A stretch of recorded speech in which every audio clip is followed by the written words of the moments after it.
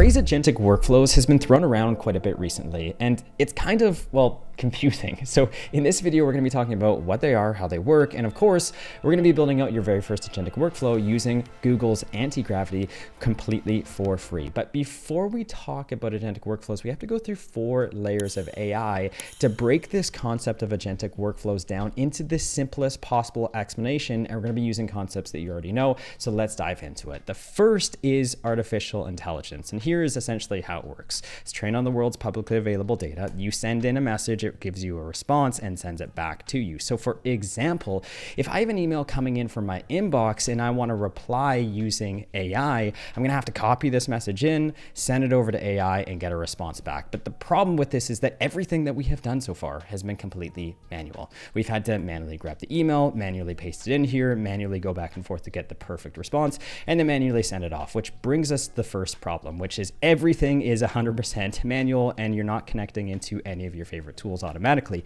which brings us to the second layer, which is AI automation. And this is using tools like make.com and tools like n8n as well. And so essentially we're removing all the manual work so that instead, when that email comes into our inbox, it can automatically start a workflow that then uses other tools like ChatGPT to automatically generate that response. And then we can, of course, send it back to the person automatically using n8n as well. But here is the issue with layer number 2, is that if anything changes for whatever reason, well, the automation is going to break and you're going to have to go in and fix it, which brings us to layer number 3, which is AI agents. And you can think about this like essentially putting in a brain into your AI workflows. And you can also think about it like almost like an employee, right? You send over a message to an employee saying, hey, I want you to go ahead and send off an email to Jono. That employee will go ahead, send off the email, and then give you a reply back saying, hey, we've gone ahead and sent it off. And this AI agent has 2 components to it. It has a brain and a memory, just like you can think about this like ChatGPT, where it can think and reason. And it also has a memory too here, meaning that it can remember all past or previous conversations, right? So if you have multiple, threads in here or multiple messages, it will remember all of those. And then you also need to provide the AI agent with instructions. So let's say you hire somebody, you might have to train that person for 2, 4, or 8 weeks, and AI agents are no different. You have to provide them instructions, and this comes in the form of a system prompt. And you can see the system prompt here, which is please reply to this email. But obviously the more information you provide in the system prompt, the better it's going to be at doing the job you want it to do. And so that is instructions. Now, you can also connect AI agents to any tools that you want, just like if you hired an employee, you could give them access to all your tools as well. So that includes, of course, Gmail to send off emails to people on your behalf, but also like things like Google Sheets, Google Calendar, CRM, and so on and so forth. So here's a quick example of an AI agent. Let's say you go ahead and message your digital employee, okay? And you say, hey, I want you to send off an email to Jono. Well, the problem is that it might not know the email address of Jono because you're just giving a name. So what the AI agent will do over here is it will use its brain to determine, hey, I need to search up the email address of Jono. So it will search for the contact in Google Contacts named Jono, grab the email, then send off the email. Now that is great. And you can also have as many AI agents as you want doing different tasks. But the issue with AI agents, which brings us to agentic workflows, is the fact that you actually have to, well, set this up. And this takes an incredible amount of time learning tools like make.com or like n8n. And so you can think about an agentic workflow as 2 digital employees. The first digital employee is going to build the workflow for you, and the second digital employee is going to run it and fix it on your behalf as well. So we can think about employee number 1 down here as you sending in a message, just like sending a message to ChatGPT in natural plain language saying, hey, I want you to go ahead and build out an automation for me. Let's say this automation sends emails on my behalf. It will go ahead and build that for you. And then it will provide you with the output or with the workflow. And then that's where employee number 2 can come in and you can say, hey, I want you to send off an email to Jono based on the workflow you just created, and it will go ahead and send off that email and then provide you with a response back saying that you actually sent off the email. So no longer do you have to come in here and learn these tools like n8n and make.com, because you can essentially get the results you're looking for just by sending off plain language like you're used to already inside ChatGPT. And of course, you can connect it into all of your favorite tools like Gmail, Google Sheets, Google Calendar, and so on and so forth. Now, there is a term called orchestration, both inside AI agents and inside of agentic workflows. Let me explain this in the simplest way possible. Let's say you run a business and you hire a manager, and that manager manages your employees. Okay. Same familiar concept in AI agents. You might have a task like sending off an email.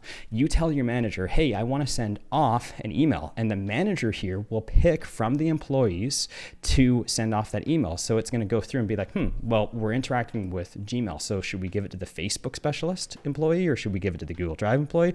Probably not. We should give it to the Gmail employee. So you send a message to the manager. The manager will decide where to route that task to, and it will pick the best employee for the job, which in this case is the Gmail employee. The Gmail employee will complete the job, send it back to the manager, and then send it back to you. So you can have as many different tasks as you want down here, okay, or employees, and you can have a manager or the agent that routes the task to the right location. Now, just to make this crystal clear, let's give an example of the three systems that we talked about here: AI automations, AI agents, and agentic workflows. And we're going to be covering this using an IKEA instructions manual guide. Now, I'm sure we've all been there before where you're trying to build something out with IKEA. You think, this is only going to take like 30 minutes, and then it ends up taking like 6 hours. You lose all hope of ever completing it. Or maybe that's just me. But essentially, let's say we have an AI automation over here, okay?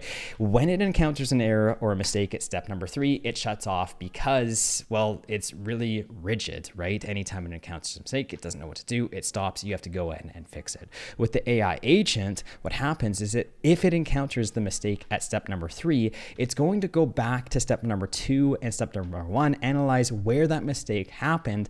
Then it's going to fix the mistake, and then it's going to complete the workflow, and everything's good to go. Now, an agentic workflow functions the same way as an AI agent. It's going to encounter the mistake, fix it, and then run the workflow and complete the task. But the distinction between the AI agent and the agentic workflow is a term called self-healing. Let me explain what that actually means. So with an AI agent, you can think about it like an employee who keeps fixing the same mistake every single day. So they go ahead and they send off that email, but they encounter a mistake, they overcome the mistake, and then day number 2, they send off the same email, but they encounter the mistake again, and so on and so forth. But with an agentic workflow, you can think about it like an employee who says, hold on a second, we're encountering the same mistake every single day. Why don't we just go ahead and change the process so this mistake never happens again? So an agentic workflow will actually go into the code. It will fix the actual code so that mistake never happens again. All right, so let's go ahead and build out our very first agentic workflow together for free. So first thing we're going to do is head over to the site antigravity.google, okay, and we're going to download their free desktop application.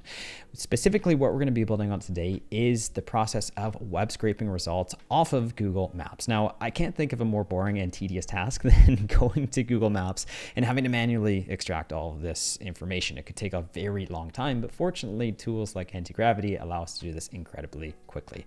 So we're going to be searching for coffee shops in Toronto, and specifically, we want to pull out email addresses. Now, the issue with these listings is that they provide us with a lot of information, but email addresses is not one of the things they offer. So we actually have to take it a step further and not only web scrape data off of Google Maps here, but we also have to go to each individual website and find the email addresses, which brings me to the next problem. Not every website actually has an email address, so we need to keep going down this list until it finds 2 coffee shops that have email addresses. And we're just going to use 2 for the demo today. And so inside Antigravity, once we've gone ahead and downloaded it, the first thing that we're going to have to do is log into our Google account.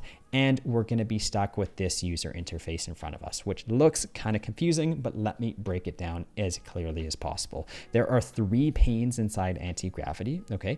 And the first pane on the left-hand side, you could think about like Google Drive. You store all of your files and your folders in this place. And anytime you click on a file like leads.csv, for example, you'll see all of the file contents in the center screen, right? So the leads will appear here, like their name and their email address. And then on the right-hand side, we have our junior developer, or kind of like agent, that will go ahead and build everything out for us. You can really think about this like ChatGPT, specifically for developing stuff like agentic workflows for us.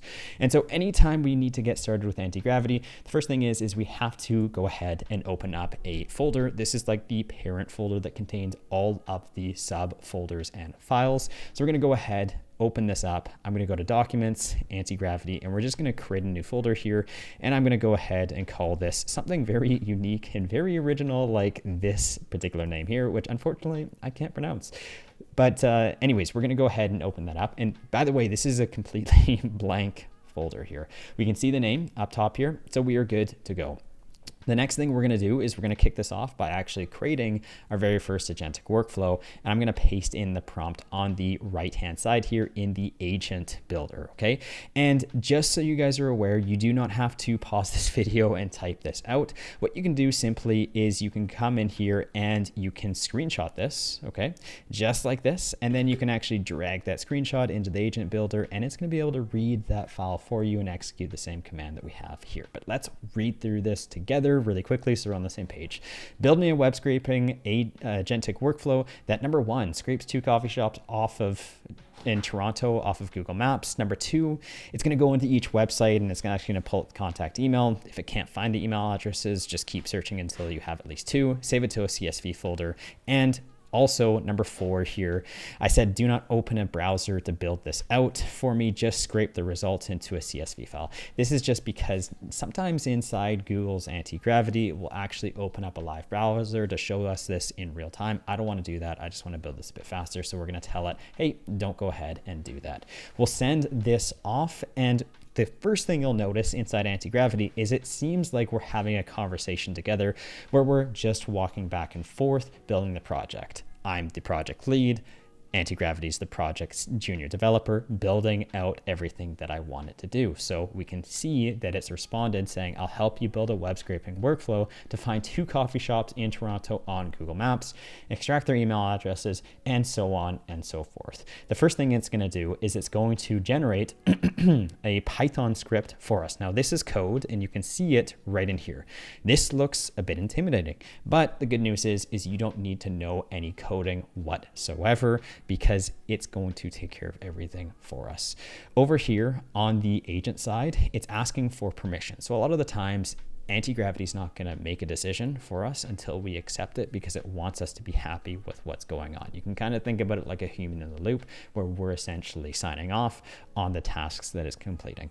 Now, with this being said, this does look scary, right? But I want to point out that anytime you're using tools like make.com or tools like n8n, for example, you'll have workflows like this that also have all of these complex nodes here.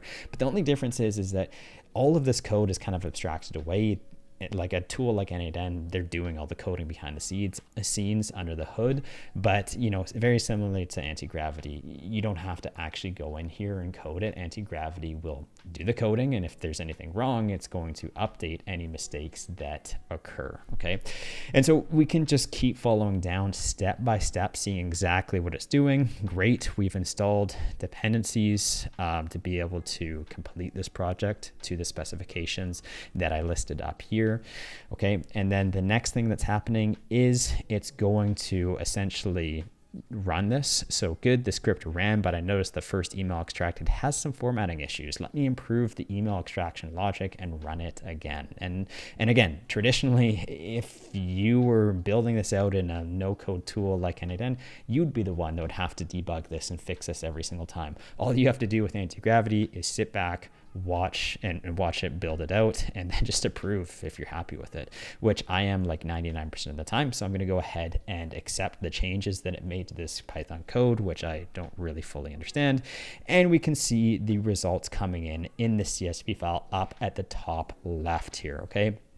Butter and Blue, we got their website, we got their email address, and then Sam James Coffee Bar, we got their website, and we also got their email address as well.